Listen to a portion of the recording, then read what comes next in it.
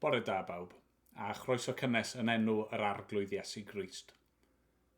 Mae yna lot o sôn di bod yn ddiweddar am gerfluniau, a'i rôl nhw wrth i ni feddwl am hanes y byd, hanes ein gwlad ni. Ac wrth gwrs, y broblem pan ych chi'n edrych yn fanwl ar unrhyw ffigwr hanesyddol yw eu methiannau nhw, eu gwendidau nhw, y pethau hynny wnaethon nhw yn anghywir, y pethau hynny i ni'n anghytuno amdanyn nhw. Ond diolch byth, mae yna un eithriad ond oes. Un ffigwr hanesyddol nath fyth wneud dim o'i le, naeth wastad ymddwyn yn gywir ac yn dda. Ie, un ffigwr hanesyddol gwbl berffaith. A dim os pa mor fanwl ni'n edrych arno fe, nawn ni fyth ffindo unrhyw beth ynddo fe i'n siomi ni. Ie, yr arglwydd Iesu Grist. A diolch bore yma, trwyddo fe, oherwydd fod e wedi cyflwyno ei fywyd perffaith yn aberth yn ein lle ni ar y groes, i ni yn gallu nesau at Dduw. I ni'n gallu cael perthynas gyda Duw. I ni'n gallu profi maddeuant a bywyd tragwyddol ac addoli Duw. A felly, dyna ni'n mynd i'w wneud y bore yma. Na ni weddio nawr, na ni gyflwyno ein hoedfa ni i'r arglwydd. O Dduw ein Tad a Thad ein harglwydd Iesu Grist. Ni'n diolch ein bod ni'n gallu nesau at y ti yn awr trwy aberth yr arglwydd Iesu. Dad, wrth i ni edrych arno ni'n hunan, ac wrth i ni edrych ar pob person arall sydd erioed wedi byw trwy hanes, i ni'n gorfod cyffesu methiant. Mae yna wendidau a beiau amlwg iawn. Ond ni yn diolch i ti fod yna eithriad. Ni'n diolch am yr arglwydd Iesu. Ei fywyd perffaith Diolch bod e wedi dewis dod i fyw ar ein rhan ni. A di dewis roi ei fywyd yn ein lle ni. O Dad, i ni'n diolch i ti. Ac i ni yn dod yn awr i dy addoli di trwy yr arglwydd Iesu. Neu di yn derbyn ni nawr yn ei enw a neu di yn helpu ni trwy waith yr ysbryd glân i dy addoli di mewn ffordd sy'n dy blesio di. Dad, clyw ni nawr, ysgweli di fod yn dda, maddau pob bai, am ein bod ni'n gofyn yn enw Iesu. Amen. Amen. Wel, gobeithio bod chi'n gyfarwydd ar dref yn erbyn hyn. I ni'n mynd i ganu mawl, bydd y geiriau ar y sgrin, bydd yna gerddoriaeth yn chwarae. Dynyddiwch yr munudau nesaf yma nawr i ganu mawl i Dduw.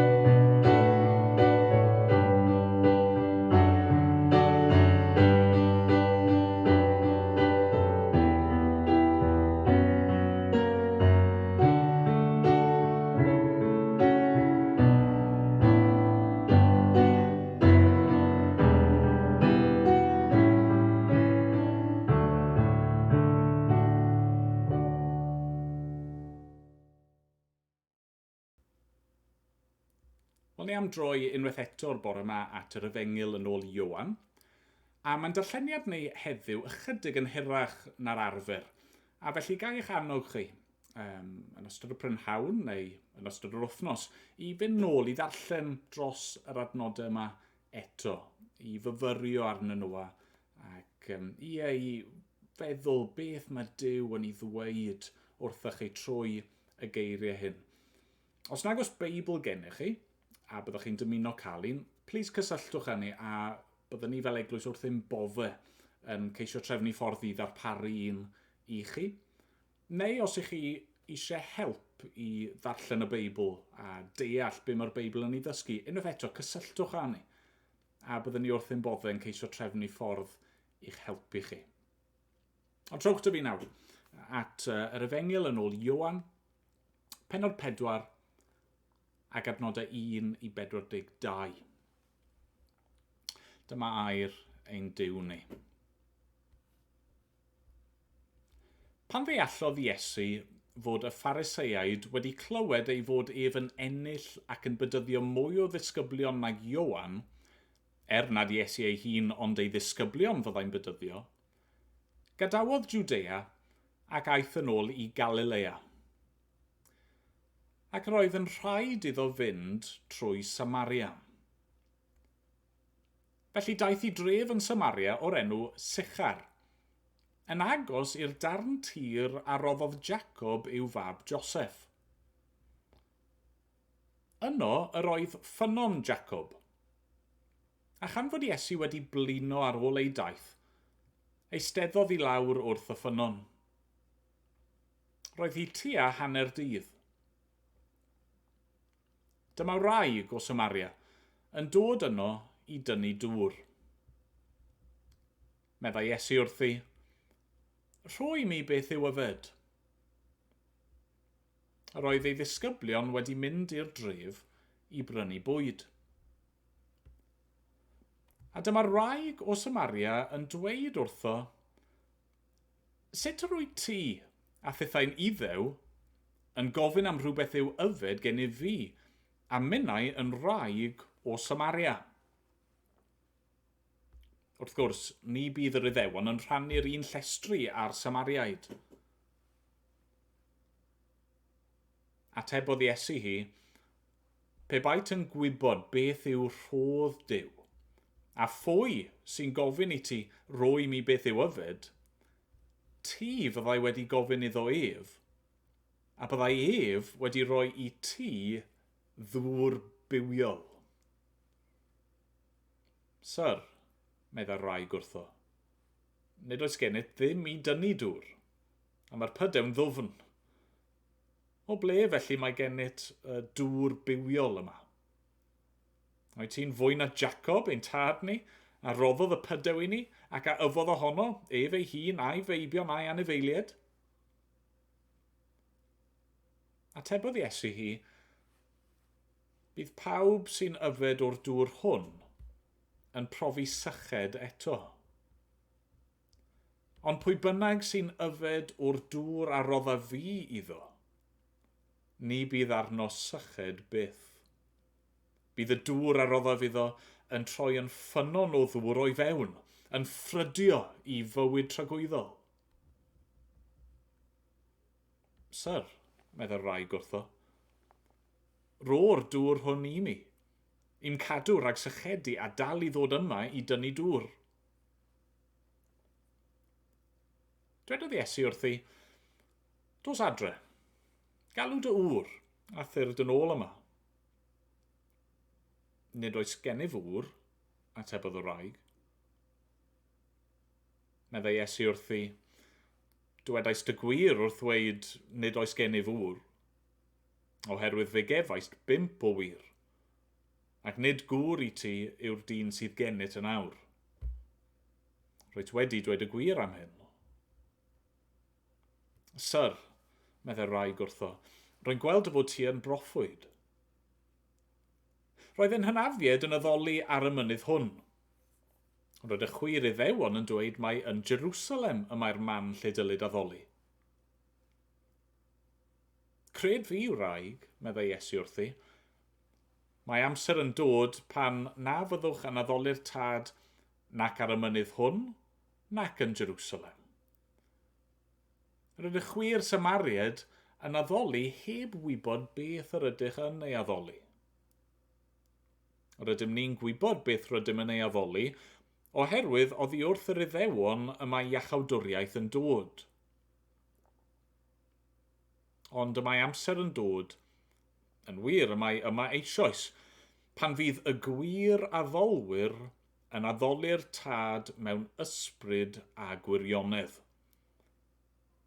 Oherwydd rai felly mae'r tad yn ei ceisio i fod yn addolwyr iddo. Ysbryd yw Duw, a rhaid yw addolwyr ef addoli mewn ysbryd a gwirionedd. Medda rai gwrtho, mi o'n fod y Meseia, ystyr hyn yw Crist, yn dod. Pan ddaw ef, bydd yn mynegu i ni bob peth. Dwedodd Iesu wrthi, "My fi yw, sef yr un sy'n siarad â thi." Ar hyn daeth ei ddisgyblion yn ôl. Roeddent yn synnu ei fod yn siarad â graig, ac eto ni ofynodd neb beth wyt ti'n ei geisio, neu pam roedd ti'n siarad â hi. Gadawodd o wraig ei hystên, ac aeth i ffwrdd i'r dref, ac meddai wrth y bobl yno, "Dewch i weld dyn a ddywedodd wrthyf bopeth rwyf wedi ei wneud. Awn bosibl mai hwn yw'r Meseia?" Deithant allan o'r dref a chychwyn tuag ato ef. Yn y cyfamser roedd y disgyblion yn ei gymell gan ddweud, "Rabi, cymer fwyd." Dwedodd ef wrthynt, "Mae gen I fi fwyd i'w fwyta, na wyddwch chwi ddim amdano." Ar hynny dechreuodd y disgyblion ofyn i'w gilydd, "Oes rhywun tybed wedi dod â bwyd iddo?" Meddai Iesu wrthynt, "Fy mwyd I yw gwneud ewyllus yr hwn am hanfonodd, a gorffen y gwaith a roddodd I mi." Oni fyddwch chi'n dweud 4 mis eto ac yna daw'r cynheaf? Ond dyma fi'n dweud wrthych, codwch eich llyged ac edrychwch ar y meisydd, oherwydd maent yn wyn ac yn barod i'w cynaeafu. Eisoes mae'r medelwr yn derbyn ei dal ac yn casglu ffrwyth I fywyd tragwyddol, ac felly bydd yr heiwr a'r medelwr yn cyd-lawenhau. Yn hyn o beth mae'r dywediad yn wir, mae un yn hau ac un arall yn medu. Anfonais chwi I fedi cynheuaf nad ydych wedi llyfurio amdano. Eraill sydd wedi llyfurio, a chwythau wedi cerdded I mewn i'w llafur. Daeth llawer o'r Samariaid o'r dref honno I gredu yn Iesu, drwy air y wraig a dystiodd, dwedodd wrthyf bopeth rwyf wedi ei wneud. Felly pan ddaeth y Samariaid hyn ato ef, gofynasant iddo aros gyda hwy, ac fe arhosodd yno am 2 ddiwrnod. A daeth llawer mwy I gredu ynddo trwy ei air ei hun. Meddent wrth y wraig, nid trwy'r hyn a ddywedais ti rydym yn credu mwyach, oherwydd yr ydym wedi ei glywed dros am ein hunain. Ac fe wyddom mae hwn yn wir yw gwaredwr y byd. O, diolch I Dduw am ei air e. Amen. Wnawn ni weddio gyda'n gilydd unwaith eto. O, Dad, I ni'n diolch I ti unwaith eto am yr hyn rydyn ni'n ei weld yn dy air di. Yr arglwydd Iesu Grist, gwaredwr y byd, yr un a ddod I geisio ac I gadw y colledig, yr un a ddod ein mwyn ni. O, ni'n diolch am yr cwbl I ni'n ei weld ohono fe. Mae yw y Duw ddyn. Ie, ni'n gweld hynny yma yn yr hanes yma. Mae'n gwybod cefndir o wraig yma. Mae'n gwybod y cwbl amdani ac arglwydd ni wedi gweld hynny'n barod am Iesu, fod e'n gweld beth sydd yno ni, beth sydd yn ein calon ni ac does dim byd yn amhosibl iddo fe. Ac eto ar yr un pryd, mae yn ddyn, yn flynedig ac yn sychedig ac eisiau bwyd ni'n diolch bod yr arglwydd Iesu yn gallu cydymdeimlo'n llwyr â ni. Diolch bod wedi dod yn berson go iawn. Diolch am y gwaredwr. Diolch bod wedi'n caru ni a di dewis dod i roi ei fywyd droson ni. A ni'n diolch fod pob un ohono ni yn awr yn gallu dod trwyddo fe. Arglwydd, sdim ots pwy ni, beth yw'n cefndir ni, pa fath o bobl ydyn ni, pa fath o fywydau ni wedi bod yn ei dilyn hyd yma. Os i ni yn troi yn awr, yn edifyrhau, yn credu yn Iesu, y Meseia, i ni'n gallu dod. Diolch am hyn. Ac arglwydd ni'n gweddio bydd yr newyddion da yma yn lledaenu trwy'n byd ni, gan roi bywyd a heddwch ac oleuni. Dad, helpa ni nawr wrth i ni droi at y air di gyda'n gilydd a wneud i unwaith eto siarad â ni trwy dy ysbryd glân di. Dad, cliw ni nawr, derbyn ni yn ddiolchgar. Amen bod ni'n dod yn enw ac yn heiddiant Iesu Grist. Amen.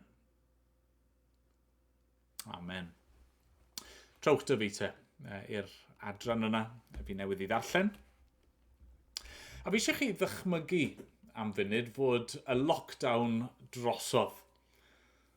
Bydda hynny'n beth braf na fyddai. Am ba bynnag reswm bod y Llywodraeth yn gyhoeddi na, mae'n iawn nawr, mae'n saff, allwn ni fynd nôl i normal. Ac felly, mae'r lockdown drosodd a chi wedi penderfynu dathlu. Fi'n siŵr bydd llawer ohono ni yn gwneud a chi'n trefnu parti.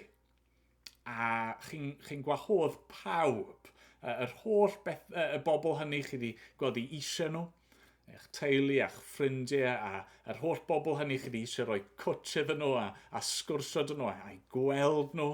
Maen nhw'n dod a chi wedi coginio llwyth o fwyd a prynu llwyth o bethau neis i fwyta ac yfed a mae pawb yn dod â phethau gyda nhw. Mae yna wledd, mae yna fynydd o fwyd a diod. Mae'n well na dydd Nadolig hyd yn oed. Mae pawb yna, pawb yn cael amser gwych, yn sgwrsio ac yn adnewyddu eu cymdeithas. A chi wrth eich bodd. Chi'n cael yr amser gorau erioed yn siarad ac yn bwyta ac yn yfed, yn stwffio'ch hunan. Nes yn y diwedd, chi'n gorfod just eistedd lawr ac falle agor y belt chydig bach i gadael chydig o slack. Chi'n methu ffito mwy yn eich bol chi wedi cael digonedd, chi wedi siarad drwy'r nos hyfryd. Falle bod chi'n gallu cofio y teimlad yna ar ryw adeg yn y gorffennol. A chi'n hollol fodlon. A mae'n y broblem, wrth gwrs. Y broblem yw fod pob parti yn gorfod dod i ben. Mae'r teimlad yna, y teimlad hyfryd yna o fod â llond eich bol yn gyflym iawn, mae'r teimlad yna yn diflannu, nag yw e, dim ots pa mor dda yw'r bwyd, yn sydyn chi'n teimlo, fi angen rhywbeth arall. Dim ots faint i chi wedi yfed cyn bo hir, mae'r syched yn dod unwaith yn ragor. A pan mae'r parti drosodd, chi'n gorfod mynd nôl i wynebu reality, yn gorfod mynd nôl i ddelio efo'r holl broblemau eraill sydd yn ein gwynebu ni o ddydd i ddydd. Chi'n gweld, mae'r holl bethau da yma, mae Duw yn rhoi ni, bwyd a diod a theulu a ffrindiau. Yr holl bethau hynny ni mor aml yn chwilio amdano nhw ac yn llenwi'n bywyd efo nhw, yn trial ein bodloni ni, yn ceisio digoni ein angen ni. Y gwir yw bod nhw'n methu. Pob un ohonyn nhw yn y diwedd. Hyd yn oed os ni'n llwyddo i'w cael nhw, i ni methu dal gafel iddyn nhw, ac ar ôl i ni cael nhw, dyw'r teimlad yna'r bodlonrwydd yna, dyw jyst ddim yn para, ydy e? Ac mae hynny'n wir ar bob lefel o gymdeithas. Os dim ond faint sydd gyda chi, dyw'r teimlad yna ddim yn mynd i ffwrdd. Chi'n meddwl, pa mor aml ni'n clywed am bobl cyfoethog? Pobl sydd â miliynau neu biliynau o bobl, o bunnoedd, a maen nhw'n cael ei dal mewn rhyw scandal lle maen nhw ddim yn talu trethu. Hynny, mae'n wirion yn dydy, mae dyn nhw fwy o arian na mae'r mwyafrif ohono ni'n gallu ddychmygu, ac eto mae'n amlwg bod e jyst byth yn ddigon. Dyna ni'n mynd i weld mewn ffordd amlwg iawn yn yr hanes yma, y bore yma. Ni wedi clywed yn barod yn Efengyl Ioan, Iesu yn siarad, yn cael sgwrs estynedig gyda unigolyn. O'r tro yna, Nicodemus oedd chi'n cofio i hanes e. Wel, bore yma, mae'r person mae Iesu yn siarad â nhw mewn llawer o ffyrdd y gwrthwyneb, yn llwyr, i Nicodemus. Oedd e'n ddyn, mae hon yn ddynes. Roedd e yn Israeliad, mae hon yn Samariad. Roedd e yn berson hynod o grefyddol, hynod o barchus a statws uchel cymdeithasol ganddo. Mae hon yn amlwg yn byw ar y cyrion. A mae bywyd personol hi yn hynod o gymleth, yn hynod o drist. Ac eto mae Iesu yn gwneud amser i'r ddau ohonyn nhw. Mae ganddo fe ddiddordeb yn y ddau ohonyn nhw. Mae'n cynnig ei hun i'r ddau ohonyn nhw. Oherwydd yr un broblem sylfaenol sydd gan y ddau. Yr un angen sydd gan y ddau ohonyn nhw. Yr un angen sydd ym mhob un ohono ni. Mae yna rhywbeth ar goll. Yr un peth yna sydd yn mynd i'n bodloni ni, sef perthynas cywir gyda Duw trwy'r arglwydd Iesu Grist. Dyna sy'n cael ei gynnig i ni y bore yma. Nawr, y pwynt cyntaf i fi eisiau i ni sylwi arno wrth edrych ar yr hanes yma yw hyn.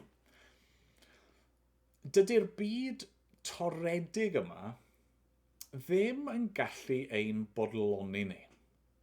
Na ddweud yna tor, ac ond bod chi'n cymryd yn nodiadau, dydy'r byd toredig yma ddim yn gallu ein bodloni ni. Mae'r Beibl yn dweud bod ein byd ni wedi torri. Mae'r byd perffaith. Greodd Duw yn y dechrau. Y byd yna lle roedd berffaith ddigon o fwyd a diod i bawb. Y byd yna lle roedd perthynas rhwng pobl yn berffaith. Y byd lle, wel, dyma'r peth mwyaf pwysig, roedd y berthynas rhwng Duw a dyn yn berffaith. Mae'r byd yna wedi syrthio i bechod. Mae'r byd yma wedi thorri.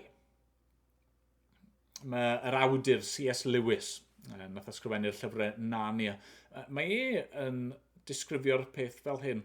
Mae'n disgrifio pobl fel glorious ruins. Fi'n dwlu ar y disgrifiad yna. Glorious ruins. Dyna sy'n wir amdano ni. Dyna sy'n wir am y byd yma ni'n byw ynddi. I ni fel rhyw hen gastell. Oedd ar un adeg yn ysblenydd, yn wych. Ac eto sydd nawr mewn adfeilion, chi dal yn gallu gweld rhywbeth o'r gogoniant yna, yr glori yna, ond adfeilion sydd yna nawr, mae'n rwynd. Mae yna lot o ddaioni yn y byd yma, mae yna bethau i'w mwynhau a'i dathlu, ac i ni fel pobl mae yna rhywbeth rhyfeddol yn perthyn i ni. A mae'n bod ni wedi'n creu ar lun a delw Duw, ac eto, i ni di syrthio. Mae'r byd yma ar lefel sylfaenol wedi ei thorri. A dyna ni'n gweld yn dod allan mewn nifer o ffyrdd yn yr hanes yma. Ni'n clywed gyntaf, mae yna lot o ffocws yn cael ei roi yn does ar syched. A mae Iesu yn gorffwys ar bwys yr ffynon yma, ffynon Jacob, ac mae'r wraig yma yn dod ato fe, a mae'n gofyn iddi am ddŵr. Ac wrth iddyn nhw siarad, mae'n sôn wrthi am ddŵr bywiol. Dŵr sydd yn golygu newch chi fyth sychedu mwyach. Dychmygwch y peth. Beth yw ymateb o wraig wrth hyd yn oed feddwl am y fath beth? Adnod 15. Syr, meddwl wraig wrtho, ro'r dŵr hwn i mi, i'n cadw rhag sychedu a dal i ddod yma i dynnu dŵr. So mae ydych chi y syniad yma o syched, angen dŵr. Yna nes ymlaen, mae dynnu'r syniad o chwant bwyd. Mae'r disgyblion di mynd i fewn i'r dryd, yna pam mae Iesu ar ben ei hun. Maen nhw di mynd i brynu bwyd, ac yna ar ôl dychwelyd, maen nhw'n annog Iesu, adnod 31. Roedd y disgyblion yn ei gymell, gan ddweud, Rabi, cymer fwyd. A mae'r ddau beth yma, eisiau dŵr neu diod ac eisiau bwyd, maen nhw'n hynod o gyfarwydd i ni yn dyn nhw. I ni'n gallu uniaethu gyda syched a rhyw fath o newynu am fwyd. Mae'r angen yma, yr angen dyddiol yma, sydd gennym ni fel pobl i gael rhywbeth i yfed, i gael rhywbeth i fwyta. Mae'n dangos ein bod ni yn wan, a'n bod ni yn anghennus, a bod ni yn ddibynnol ar Dduw i ddarparu i ni. Ond mae'r teimladau yma hefyd yn dangos mor doredig yw'r byd yma. Fod y byd perffaith yna nath Dduw i greu yn y dechrau wedi thorri. Ond yna, mae yna fwy yn does. Wrth i ni ddarllen ymlaen, ni'n clywed fod yna densiwn yn bodoli rhwng Iesu fel dyn a'r wraig yma. Adnod 9. Dyma'r wraig o Samaria yn dweud wrtho, sut rwy ti, a thethau'n iddew, yn gofyn am rhywbeth i'w yfed gen I fi a minnau yn wraig o Samaria. Nawn ni ddod nôl i'r ffaith bod hi o Samaria, ond mae'r ffaith bod hi'n wraig yn drawiadol hefyd, ac yna adnod 27. Ar hyn, daeth ei ddisgyblion yn ôl, roeddent yn synnu ei fod yn siarad â gwraig. Ac eto, ni ofynnodd neb beth wyt ti'n ei geisio, neu pam wyt ti'n siarad â hi. Ac wrth gwrs, dyma un ffordd arall, mae'r byd syrthiedig, toredig yma'n dangos ei hun. Mae yna wrthdaro rhwng dynion a menywod. Pan greodd Duw y byd yn y lle cyntaf, mae'n creu y ddynoliaeth yn wryw ac yn benyw. Ac y ddau yn wahanol i'w gilydd, mae yna wahaniaethau yn bodoli, ac eto mae'r ddau yn cael eu creu ar lun a delw Duw. Mae'r ddau yn cael eu creu yn gwbl hafal, yn gyfartal o ran gwerth a statws. Ond wrth gwrs, beth sydd wedi bod yn wir ers y cwymp, yw yn hytrach na bod y gwahaniaethau yma rhwng dynion ag menwod yn cael ei ddathlu ac yn cael ei defnyddio gogoniant I Dduw, mae yna wrthdaro yn digwydd. Mae ydych chi'r battle of the sexes yn does. A mae'r Beibl yn hollol glir fod unrhyw gam-drin neu unrhyw gormesu neu diraddio person ar sail ei rhyw, mae hynny'n anghywir, mae'n bechod, mae'n effaith o'r cwymp. Mae'n rhan o'r ffaith fod ein byd ni wedi torri. A ni'n gweld yr broblem yma yn ddyfnach eto wrth i Iesu holi'r wraig yma am ei gŵr hi. A mae hi'n dweud, sdim gŵr geni. A mae Iesu'n dangos, rhywbeth o'i ddiwdar efo hyn. Mae'n gwybod ei chefndir, mae'n gwybod y gwirionedd, mae'n gwybod bod hi wedi cael 5 o wir. A mae'n gwybod fod y dyn mae hi'n byw gyda ar y pryd ddim yn ŵr iddi. Nawr, ni ddim yn gwybod y cefndir i gyd fan hyn. Ni ddim yn gwybod a wnaeth rai o'i gwir hi farw, a bod hi wedi ailbriodi. Ni ddim yn gwybod os nath rai o'i gwir hi ei ysgaru hi yn ddiachos. Ni ddim yn gwybod ai hi oedd yn eog o dineb. Be sy'n hollol amlwg, naill ffordd na'r llall, mae ei bywyd hi, a'i phrofiad hi o berthynas wedi bod yn un trist ac yn mesu. Ystym un o'r priodasau mae wedi i gael di gweithio allan fel y dylen nhw di wneud. Ac mae ei phrofiad hi o fywyd priodasol yn amlwg di cael effaith ar ei perthynas hi gyda eraill, achos mae'n drawiadol neu gwe, mae'n dod mas fan hyn i'r ffynon yma ar ben ei hunan.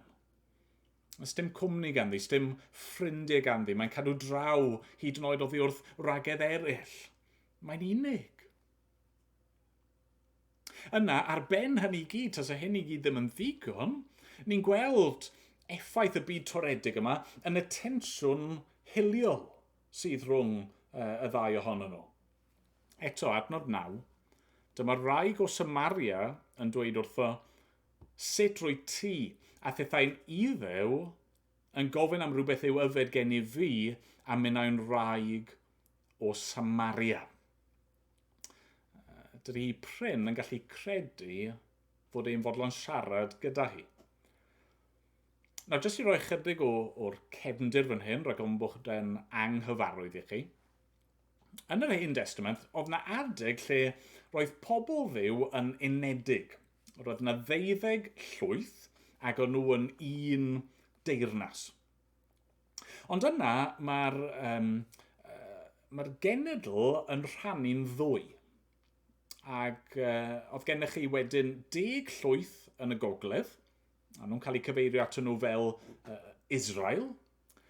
Ac yn y de, roedd yna 2 lwyth arall, Juda a Benjamin. A fel arfer ni'n cyfeirio atyn nhw fel Juda. Ac, prif ddinas y de oedd Jerusalem, a prif ddinas y gogledd oedd Samaria. Nawr, yn nes ymlaen, dyma yr gogledd Israel yn cael ei choncro. Dyma yr Assyriaid yn dod, yn concro'r wlad, a cymryd y mwyafrif o'r bobl pwysica, yr bobl mwyaf cyfoethog, dylanwadol, cymryd nhw allan o'r wlad a mynd â nhw I geithglyd, I exile. Ac yna, nath yr Assyriad anfon pobl eraill, pobl o wledydd eraill, I fyw yn y wlad, a nath y bobl yma priodi yr Israeliad oedd yn weddill, a nath nhw gyfuno addoli Duw gyda addoli diwiau eraill ac arferion eraill. A felly, oedd y bobl yn y de, pobl Juda'r Iddewon, ond nhw'n gweld pobl y gogledd neu'r Samaried fel daethon nhw I gael ei adnabod, ond nhw'n gweld nhw fel bradwyr am hir. Pobl o dras am hir. Pobl o grefydd am hir.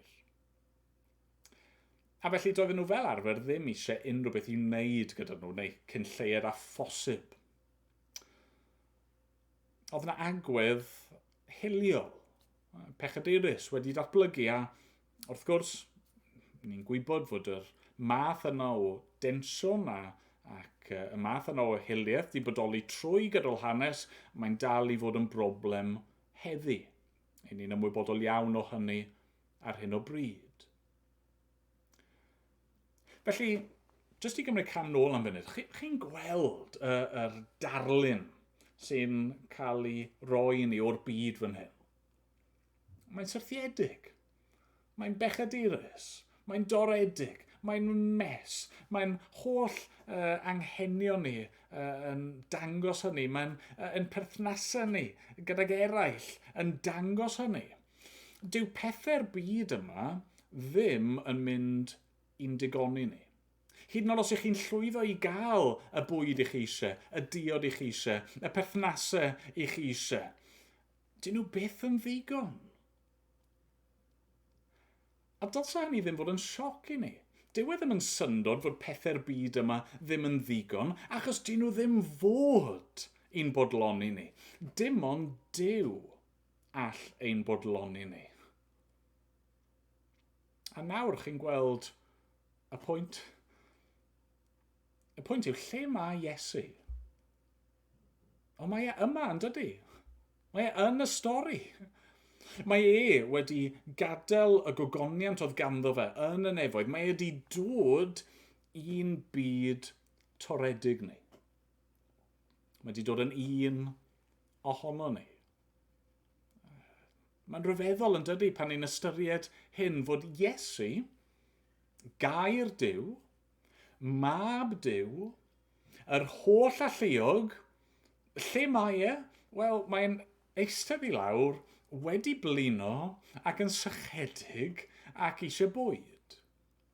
Mae e yma yn Samaria yn torri trwy ffiniau cymdeithasol a ffiniau hiliol mwyn cyrraedd y wraig yma a chwrdd a'i hangen dyfna fi am berthynas gyda Duw.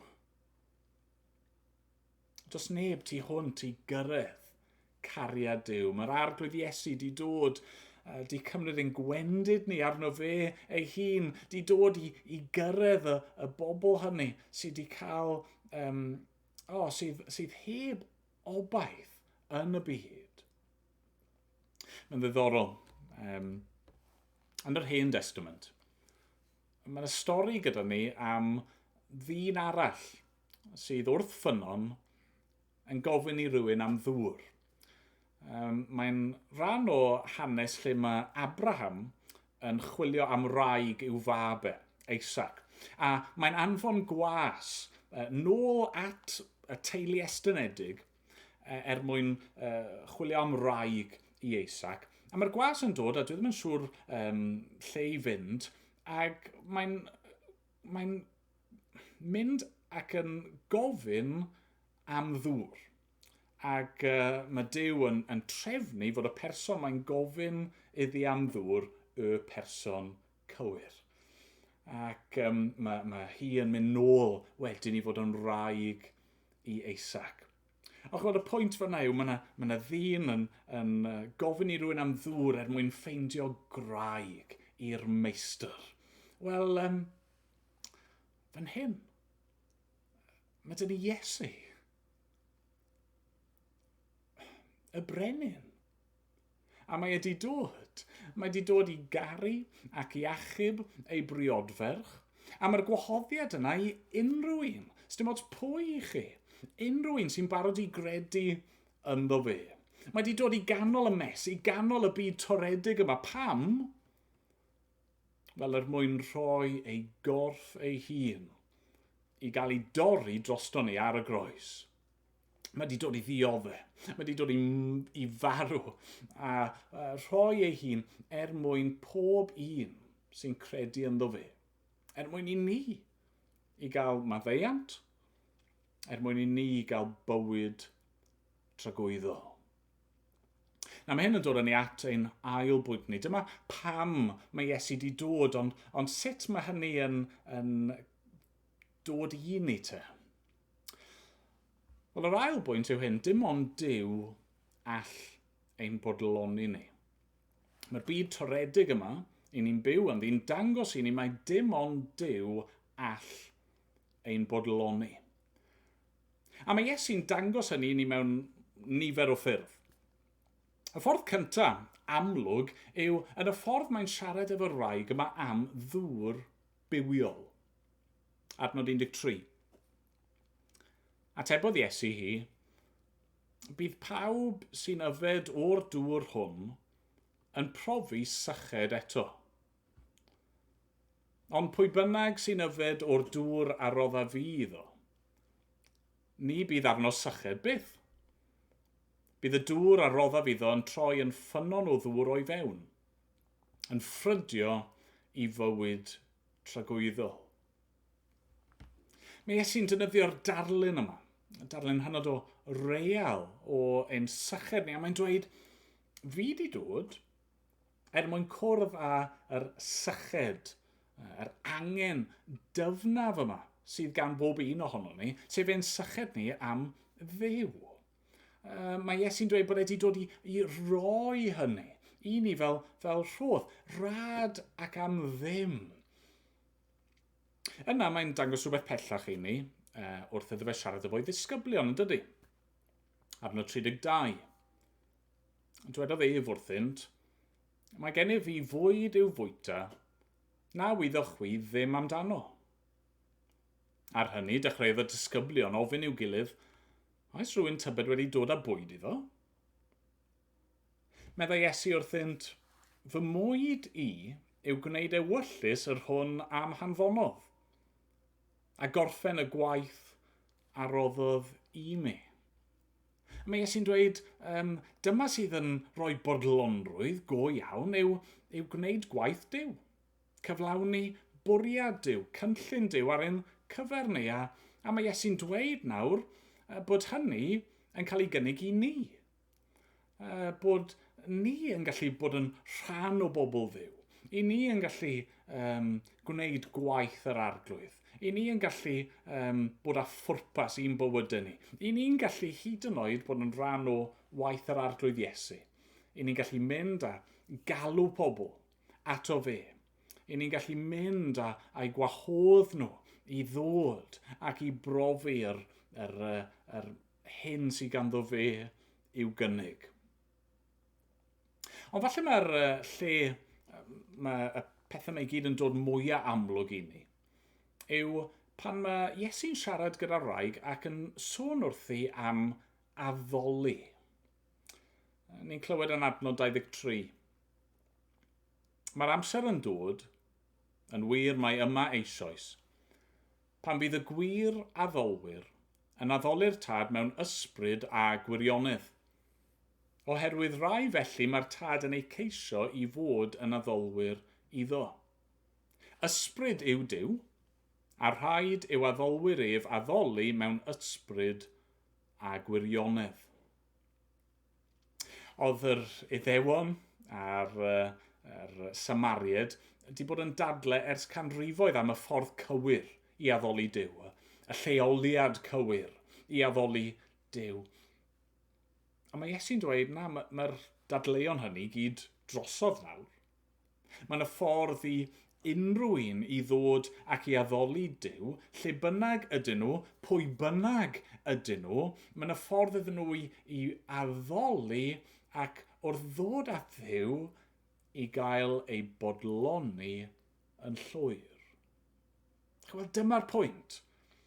I ni wedi cael ein creu fel pobl i adnabod ac addoli Duw. Yn yr un ffordd i ni angen bwyd a diod, ac i ni angen cael perthnasau gydag eraill, i ni angen perthynas cywir gyda Duw. A gweud y gwir, dyna yw y peth mwyaf pwysig oherwydd heb hynny, heb fod ein perthynas ni gyda Duw yn iawn. Wel, mae pethau eraill, pethau'r byd, maen nhw yn mynd i'n rheoli ni. Maen nhw'n mynd i fod yn rhy bwysig i ni. Maen nhw fel gafel yno ni ac ni'n mynd i fod yn mynd ar eu holen nhw ac yn trial cael mwy a mwy a mwy a mwy. Ond yna'n gorfod cynabod bod e ddim yn ddigon. Fel tywod yn disgyn trwy'n dwylo ni. Y mwyaf ni'n cael o bethau'r byd, y mwyaf mae'n gadael ni yn eisiau, yn anghennus. Hyd yn oed os gennym ni bopeth, pe bawn ni yn llwyddo i gael y byd i gyd, heb ddew, heb o'n ni yn ei addoli mewn ysbryd a gwirionedd, mae'r peth pwysica ar goll. Felly, be mae Iesu'n golygu? Wrth iddo fe sôn am addoli mewn ysbryd a gwirionedd. Wel, wrth ysbryd, mae'n sôn am ein hagwedd ni. Mae angen ein calon ni, ein bwriad ni fod yn y lle cywir. Mae'n rhaid i ni addoli nid jyst yn allanol, nid jyst mynd trwy'r motions, mae'n rhaid addoli go iawn yn ein hysbryd ni. Ond mae'n rhaid i ni hefyd addoli mewn gwirionedd. Mae'n rhaid i ni addoli y gwir dduw ac addoli yn y ffordd sydd yn plesio Duw. Mae'n y berygl i ni addoli mewn ysbryd heb y gwirionedd. Mae'n y berygl hefyd i ni addoli mewn gwirionedd ond heb yr ysbryd cywir. Dyw e ddim yn ddigon bod ni'n addoli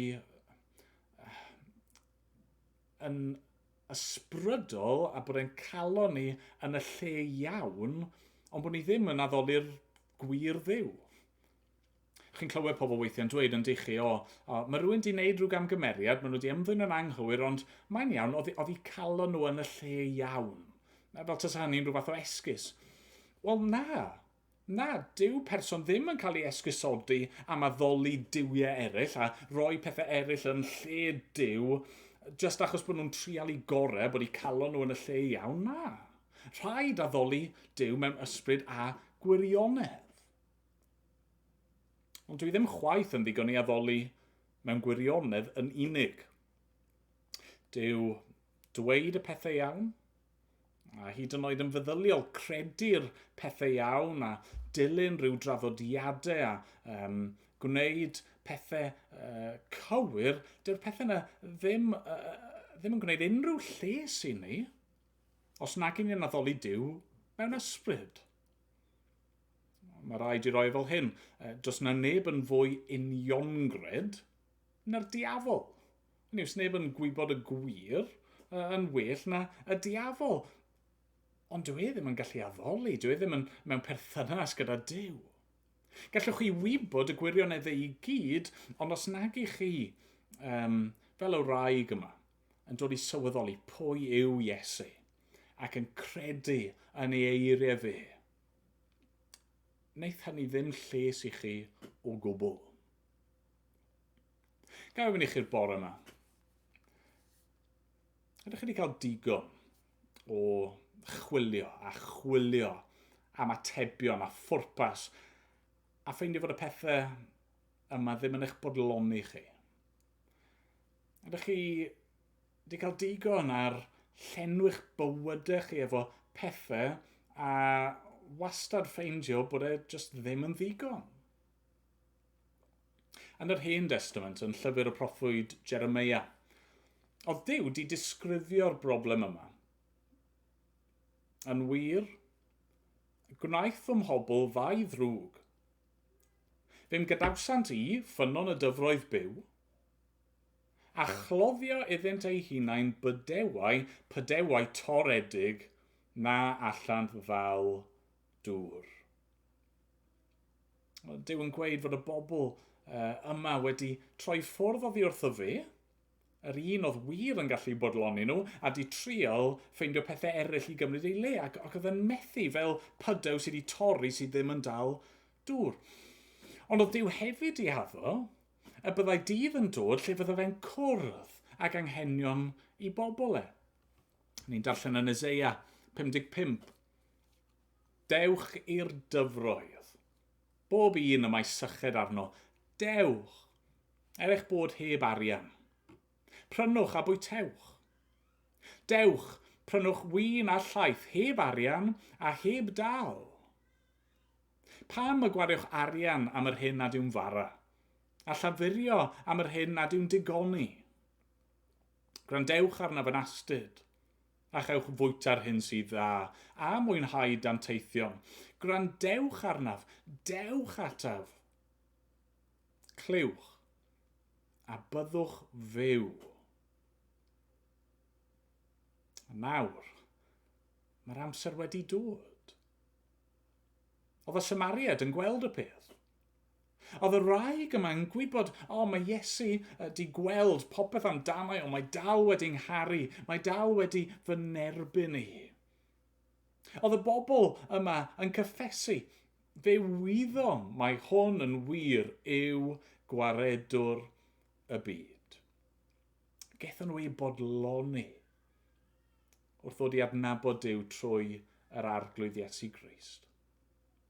A mae'r gwahoddiad yna i ni hefyd, pob un ohono ni.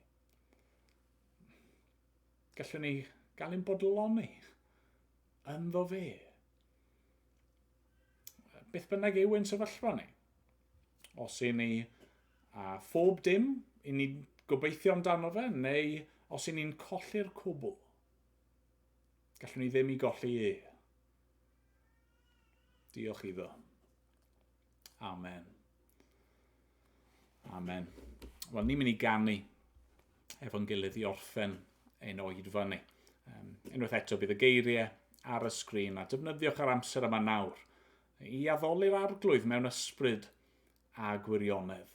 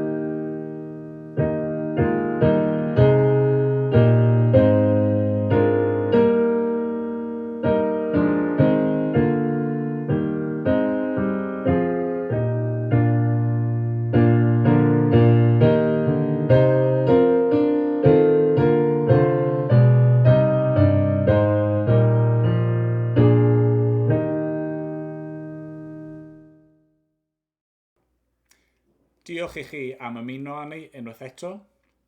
I ni fel Eglwys yn parhau i weddio drosoch chi sydd yn gwrando ac yn dymuno bendith Duw arnoch chi. Ac os oes unrhyw ffordd gallwn ni eich helpu chi, eich gwasanaethu chi, plîs, gysylltwch â ni. A nawr gen i weddio, gen i gyflwyno ein hunan a'r wythnos sydd o'n blaen ni i ofal yr arglwydd. Na ni weddio. O Dduw ein Tad, i ni yn cyflwyno'n hunan felly i dy ofal tyner di. Yn meddwl am y ffordd roedd yr arglwydd Iesu yn trin yr bobl anghennus yma oedd yn dod ato fe. Arglwydd i ni yn dod yn waglaw. I ni'n hollol ddibynnol arna ti. I ni'n gofyn ei di ddarparu ar ein cyfer ni. Ein holl anghenion. Dyro i ni heddiw ein bara beunyddiol. Mae pob peth yn dod i ni geni ti. A ni'n dibynnu arna ti am y cwbl. Ond Dad, yn fwy nag unrhyw beth arall, i ni eisiau ti dy hun. I ni am i ti ddangos dy hun i ni, i fod gyda ni, i siarad â ni. Arglwydd i ni am fod ein bywydau ni yn addoliad i ti mewn ysbryd a gwirionedd. I ni am wybod dy bresenoldeb di gyda ni o awr i awr. O Arglwydd, diolch dy fod ti'n cynnig y pethau yma i ni trwy y Meseia, yr Arglwydd Iesu Grist. A ni'n cyflwyno'n hunan felly i ti yn ei enw a'i heiddiant e. Amen. Amen.